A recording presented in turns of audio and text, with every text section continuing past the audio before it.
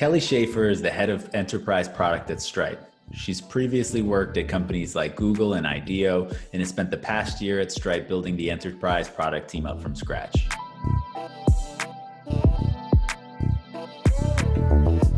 Is that a new addition to the background over there, Kelly? That painting? Actually, it is a flip-flopped edition. So I have can't see it down here, and I won't lower it because obviously I'm wearing shorts because it's on Zoom. who doesn't wear athletic shorts all of the time? Almost I'm the only one. But no, I've got a dresser down here and a painting which has not been hung on the wall, so it's just hanging out there. And I moved it actually just for you because I realized, hey. Aww. I need a more fun background than a plain wall. So instead of me looking at it across the room, you get to look at it from behind.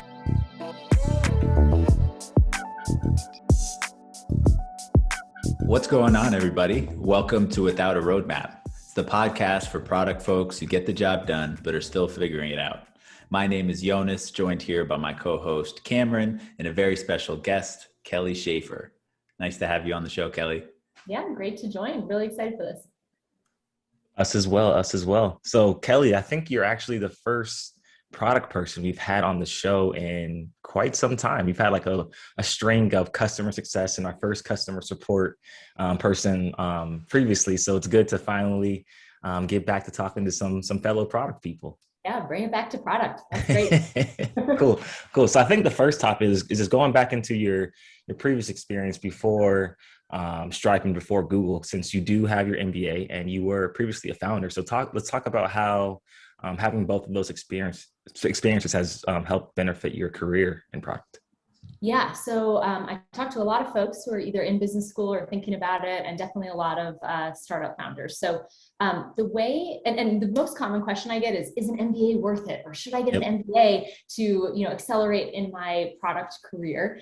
And my view of getting an MBA is basically about widening your aperture. So if you're interested in thinking about different industries or getting more of an international view or getting into product or getting into general management, I think it's awesome. I don't think you have to have it to be a product lead, but it's been really helpful for me, mostly because, as I mentioned, it's kind of like widened my view of what's out there in the world, how different industries think about building things and business models. So for me, it was very helpful. Also very wonderful because I met my husband there. So I feel like for that reason alone, not all of going to get an MBA, but a nice byproduct for both of us. So that I think was good. But I think for folks who started off from undergrad in PM and want to just do PM for life, I really don't think it's necessary per se. But I do think it gives you just a broader view of the business world. And as I get more senior in product, more of the questions that I'm answering are really business questions. So that's been a real benefit. On the founder side, I love being a founder. I will do it again at some point, I'm sure. And for me, that was a really good introduction to thinking like an owner, which is what they always say in product, right? Like think like the owner, pretend you're in charge of the whole company. What would you do? And I think it gives you a good view of that, but then also gives you a really good understanding of why every little detail matters. And for me, one of the most interesting things about being a founder was that even working on something that would seem really mundane to anyone else was very interesting to me when it was my own business, and I could get really into these topics that would probably bore you if I started talking about them. But because of that owner mindset, I was able to get excited about them. And I think the same thing's true when you really feel like a product owner, that some of the grunt work actually becomes one of the more exciting parts. One other thing I'll say is that I also talk to a lot of people who have consulting experience. And I think consulting experience is a really good one for product because it helps you structure your thoughts in a way that I just see being beneficial again and again. So shout out to the former consultants out there too. Awesome. You mentioned one thing about expanding your aperture. I've never heard that outside of the photography world. Are you into photography, or is that just one of your vocab words? Oh, interesting. Maybe that's just my vocab word for the podcast. No, I don't know. I just think, like broadening horizons. I like that. I'm gonna start using that instead of broadening horizons, broadening your aperture. Great. Yeah, and it's interesting you mentioned consulting as a kind of a feeder for product professionals. I see that a lot, and I feel like I almost feel it a little bit in the product interview process. Some of the consulting style questions that come into play. I'm curious your side on, now that you're responsible for hiring. Like what are your thoughts on some of those questions that you hear in interviews, where it's kind of product design, but it's almost from a consulting interview question, kind of case question type realm. Yeah, I see a huge overlap. And actually, my favorite book recommendation for people who are interviewing is a book called Cracking the PM Interview. And Yep. they cover a lot of case-like questions. And yeah, the big thing that I see is just when you're in an interview, how are you structuring both the message and also your thoughts behind the message? Because I think that sometimes what people forget is that the hiring manager just wants to know how you think. They don't actually care, not that we ask this, don't worry, but like how many golf balls fit on an airplane? They don't care the answer to that. Even if they're giving you like a real strategy question for their business, like, yeah, they might get a cool idea out of it, but they don't actually expect that in the next, 7.5 minutes, you're going to solve all their problems. But I think that the consulting mindset of, okay, like what's the situation and what are the different levers I have to play with? And then let me walk through how I would approach this problem is really applicable. Mm-hmm. Yeah, I do remember when I first started preparing for those questions that I was a bit frustrated, wasn't sure how they would relate to the day to day, but in retrospect, it does give a good glimpse into how you think through problems. Yeah, and even things like we do a lot of PRDs, product requirement docs, and you can see the case interview there too, in terms of like, okay, what's the problem we're trying to solve here? What are the different options? What's your recommendation? What needs to be true to also buy into this recommendation? And it's very case-like in that sense. And I think once people have a structure for those problems, all of a sudden they become a lot more tractable. So getting familiar with building that structure, I think, is really, really useful. Mm-hmm. Kind of switching gears here. We all know that you're at the enterprise product team over at Stripe, and you joined as the first enterprise product person there, which is super exciting, but also pretty daunting. You're put in this place where you're responsible for growing a team from scratch. When you're coming in as a new hire, could you tell us a little bit about what that process was like? How you kind of got your footing and kind of established a worldview so that you could build from? Sure. Yeah. Well, first off, I love building teams from scratch. So that was one of the things that really attracted me to Stripe. In this particular role, Stripe has been devoted to our large users for a very long time, but we didn't have a dedicated enterprise product team. And so that's what I was brought in to build and scale alongside our enterprise sales organization, which is growing like crazy. And so the big things that I thought about as I started building this team was, okay, what do we need to really accomplish here? What's the vision? And then thinking about what's the scaffolding that I can put in place and who are the people I can put in place to not do it all alone. And so I had a pretty broad remit at the beginning and it's grown since then. And so I went kind of on a crazy hiring spree because we needed to hire a lot of folks. So now we've got a good sized PM team and like dozens of engineers only 6 months later, and a lot of different avenues for growth that we want to go down, both in terms of building out a cross Stripe roadmap that shows real deep expertise in enterprise, and then also building individual product teams for things that we want to offer to our largest customers. But I think that being able to grow and scale a team is one of the top skills that PMs should go after, because typically when you're brought into a new company, you can take over an existing product and try to improve it, and that's great. But to me, the most exciting thing is, hey, we have a strategy shift underway that we need help with. We need to start a new product area. We actually don't know what we need to do, but we have this big problem, and being able to be the one to structure that is really fun. That's awesome. So since you're building this team out from scratch, including like hiring of new PMs, maybe potentially designers, and maybe even potentially you're in charge of or playing a part in hiring engineers as well. How are you trying to construct these different? We use product pods internally at Parlor, but I'm sure there's other different names of like the smaller group of a product team of like a PM, a couple of devs, and designers. So how are you thinking of structuring, or how have you structured those teams for the enterprise product line at Stripe? Yeah, so we've got like two broad ways that we structure. One are vertical teams, which work on specific products and services for large users. And then the other is a horizontal team, which works across Stripe to make sure that all the different teams across Stripe are taking large user needs into account. The vertical teams are more of like traditionally how you think about product managers that are partnered with the engineering folks. The way we did it was I hired, and I'm still hiring, a series of product leads who come in as ICs, but have a lot of potential to grow and build out their own teams. Then also hire engineering managers who do the same. One of the reasons that we're going after some of these leads first, particularly on the engineering side, is because one human cannot hire 40 engineers or something like that. And so I hadn't recognize the value of having actually a set of more senior folks in place first until I came to Stripe, just with the extraordinary hiring pace that we have here. So that was really interesting. And then at the same time, basically started working with some of the design and research partners across the org to advocate for why we need dedicated large user or enterprise staffing, which was not a hard case to make. So that's good. But I would say because everything's changing so quickly, we don't have that like really clear structure of, okay, this person's devoted just to this area. Like, for example, we've got a designer coming in a couple weeks, and they will probably be spread across 4 projects until the next designer comes in.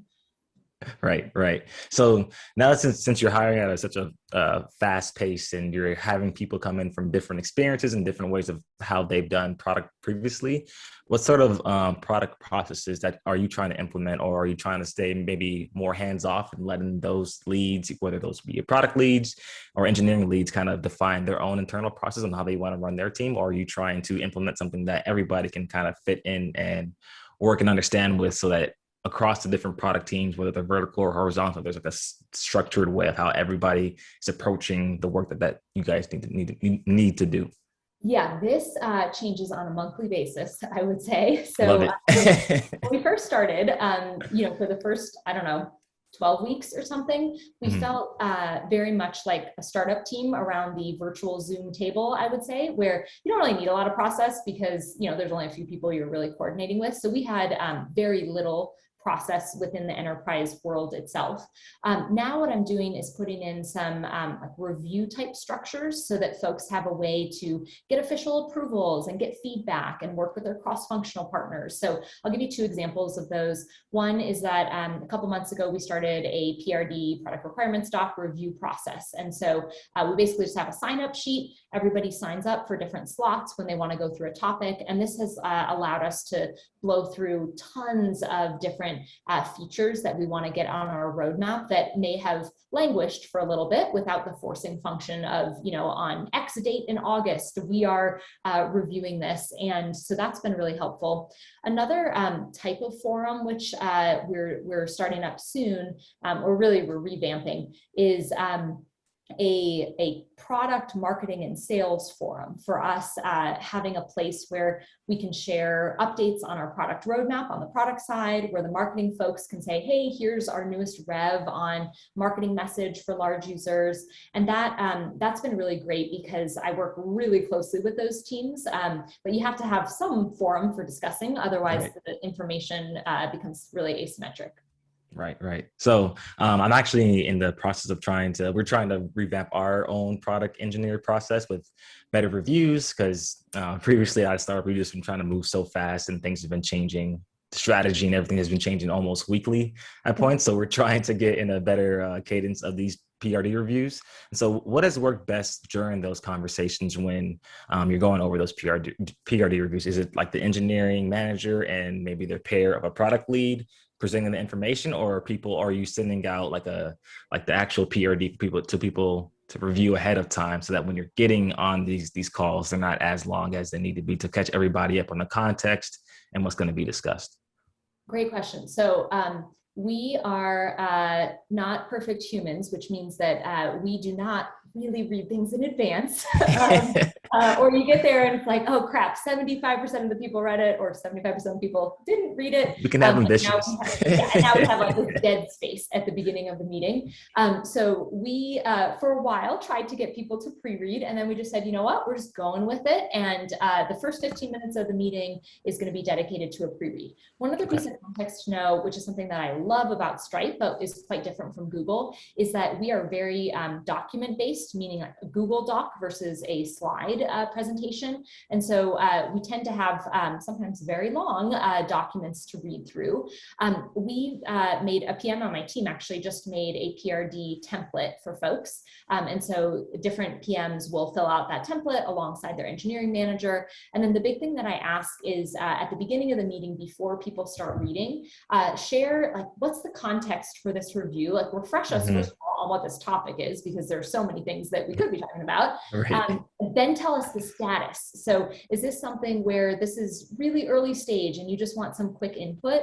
Or is this like, hey, we are about to build this tomorrow, so let us know if there's any issue that you see in moving forward. And then we spend some time reading, and then we put a lot of comments on the side of Google Docs. You can tell I'm a fan of Google Docs, not just work on it.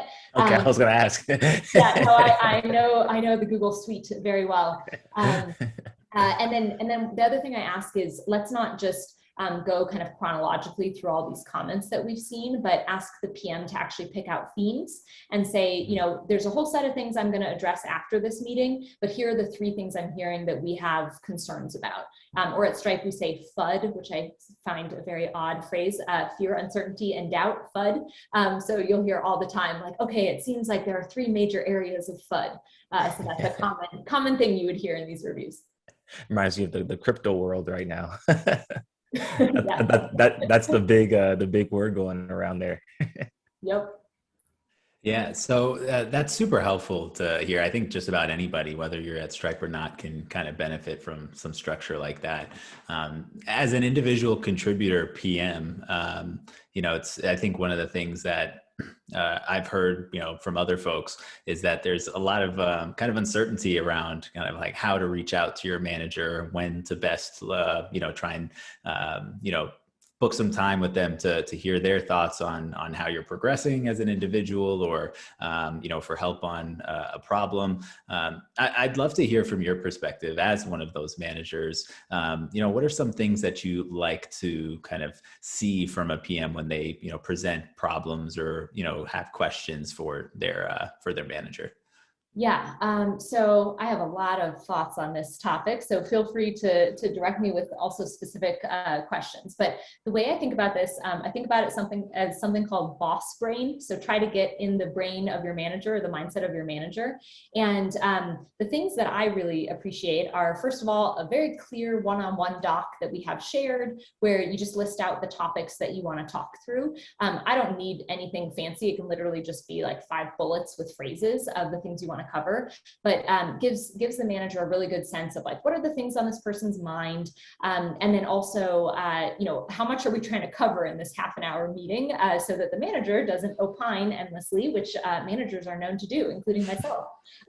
So that's one thing that's helpful. The other thing, another thing I always mention to folks is the individual contributor PM is the expert in a topic. And this is something that a VP at Google that I used to work closely with would always say is he wants, and I want, recommendations from the ICPMs. I don't want just information and then you asking me what we should do. You're the person who's thinking about this all day. I'm scattered across 10 different things. Like, tell me, what your recommendation is, what the risks of it are, what were other things you're considering, and try to be as kind of succinct as possible with saying how I can help. And so that's like my most common question during one-on-ones is, how can I help? Do you need advice? Do you need me to ping someone for you? Do you just need me to say like, it's okay that you didn't finish this thing by the original deadline? So that's the sort of thing that helps is like setting structures and getting recommendations. The other thing that I think a lot about for my management chain as well is that, especially in PM world, we're in a lot of meetings. And so you should just expect that your manager is showing up, having just switched context every 30 minutes for the past X number of hours. And so giving them a minute to like really frame, hey, we're going to talk about this. Remember last week we had this escalation. Here's where we're at today, is really helpful. So the manager's head isn't spinning in circles. Remember Also when I useful. Yeah, I remember when I first started my first PM job right out of college, my boss, Joellen, who I love, she was like so busy, like getting the new product off the ground for our company, that we just decided that I would just follow her around to all her meetings and just like learn by being a sponge for like the first 2 weeks. Nice. Yes.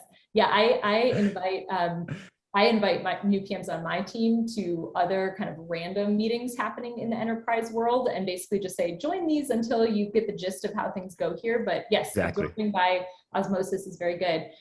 One of the things I didn't answer in your question, Yonas, was thinking more about a PM career path with your manager and how you bring that up. And the advice I give there to PMs on my team is, number one, like ask for what you want or make clear what you want. So if you are trying to transition from being an IC to a PM manager, your manager better know that, or that's not going to be something they can help you with. And if you have 6 months to play with this person to think about how you could grow them into a manager, you're probably in pretty good footing. If you wait until you're like desperate for a team and you're about to quit your job unless you get X thing, it can be really hard for the manager to actually help you with that. The other big tip I give is I ask all my PMs to have a doc that they don't ever have to share with me that's just a bunch of messy bullets about all of their accomplishments over the course of the quarter or the half, so that when we get to performance review time, they remember, oh, this was this big decision that I helped to drive to conclusion, or here's the link to that document that really influenced one of our customer discussions, and also eases a lot of the anxiety that comes with prepping for sometimes onerous performance review processes. So we talked a lot about the relationship between a manager or an IC and their manager. Let's kind of switch gears and talk about what you look for when you're looking to hire PMs to your team, whether those are at the manager level or at the IC level. Sure. So it does vary based on the role, but in general, and you'll get this vibe from the context that I'm in at Stripe, I'm looking for folks who are entrepreneurial, no surprise there, because they're probably going to be starting a product area. Folks who have low ego, because often I'm hiring folks who have big teams at other companies and they're coming to Stripe as an IC because they are starting something new and they need to know that this, is likely to be much bigger than what they've done before. But for the next 6 to 12 months, like their head might be down, writing early stage PRDs. So definitely look for that. Folks who are good communicators, because building relationships with eng teams, customers, like that is where it's at. Right. Sure. And then I sometimes look for domain expertise if there's something like really specific that I need to hire for, but I would say that's really the minority of situations. So I am definitely a growth mindset person of, if there's someone smart who is excited about learning an area, they're probably going to be able to figure it out. And so I care a lot more about that enthusiasm and kind of intellectual horsepower than specific domain expertise. And that, by the way, includes like years of PM experience. I don't think, I wish that wouldn't be included in job descriptions quite as much as it is. Yeah, that and the MBA requirement. Those I hope to see phased out relatively soon. For sure. Yeah. For sure. And even the CS undergrad requirement, which I think is, I don't think it should be required to have a computer science degree in most PM cases, maybe not all, but that's definitely something that I think is a little retro and ready to be reevaluated in some ways. Speaking of, some outdated requirements for being a PM, I think one of the things we spoke about before today was the fact that most product managers, don't have some sort of rule book or guide that they can follow. Cracking the PM interview has probably never, helped you put together a PRD or guide a, product from inception to, release. What are some of the things that you've learned along the way, knowing that everything that, we do as product folks is kind of helping us grow as product folks? What are some of those things that you've learned along the way to help make you a better PM, and, some of the non-existent rules that you've broken to get the job done? Yeah, well, I like this question because when I was little, my mom always would say, rules are made for other people, which makes it sound like we were a family of rebels, which we were not. Actually, my sister and I were like real goody goodies, but definitely made me challenge some like assumptions about how you have to do things.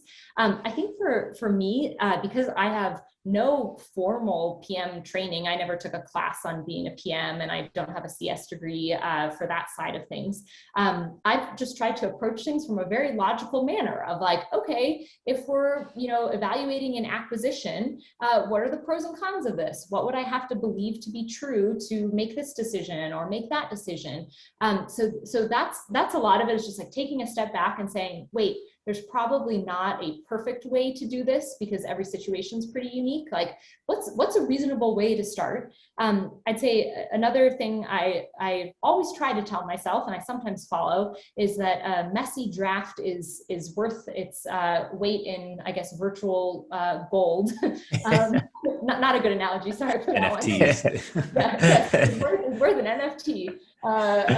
Which, hey, could do pretty well for you. So anyways, some sort of messy draft, just like getting something out there and then fixing it later is really helpful. And then also, like, I always think about who can I recruit to help me with this. And I don't mean necessarily recruiting people to hire, but if you're talking about an acquisition, who from corp dev or biz ops can I ask to take a look at this draft? Or, is there an engineer on the team that knows a ton about this one area where I'm feeling a little bit iffy?